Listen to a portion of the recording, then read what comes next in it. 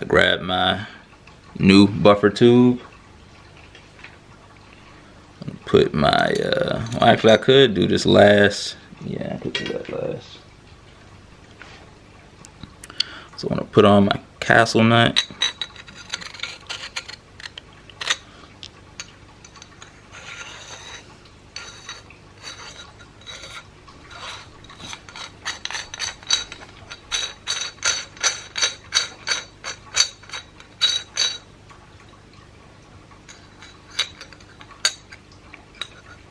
Notice these end plates.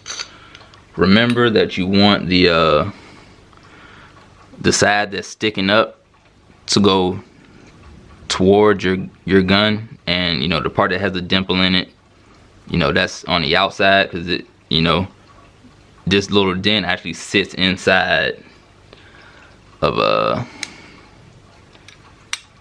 sits inside that hole, so it doesn't move and go anywhere. So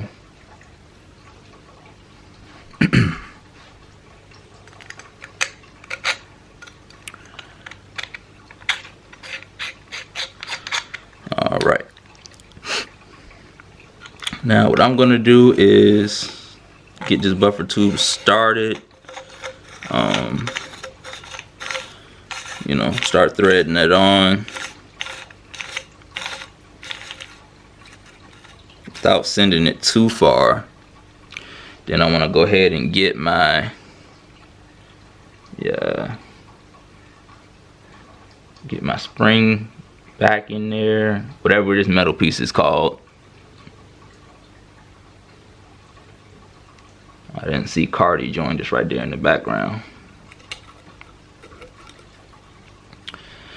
Alright, but make sure that's pressed down.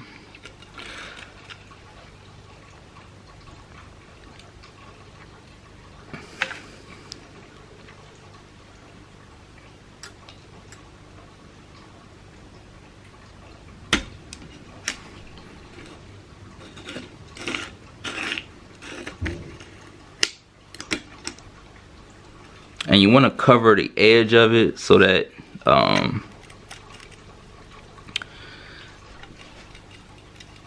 it can't shoot up, but you don't want to send it too far. The middle part is supposed to stick up. So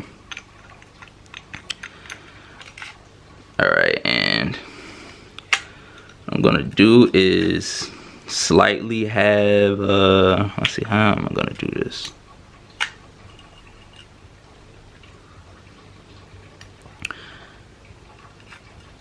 I'm gonna turn my buffer tube so that I have this slight bit of space right here on the side to be able to put that spring in there. So I want to lift this this tab up, because that's what it's for. You want to make sure it's facing the right direction. The indentation in that tab is supposed to be facing the rear of your firearm, because that's what the screw sits inside. Okay. Now, while I have that in there,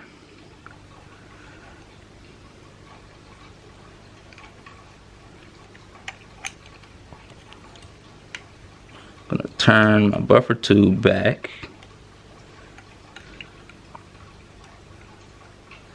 And I'm gonna take my end plate and push it all the way in.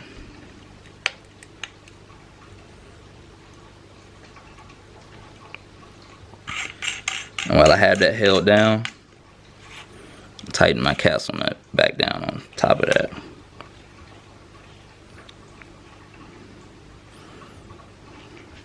Make sure your spring doesn't, you know, shoot out sideways or anything like that, because then you may have to redo that. But I think I got it just how I want it.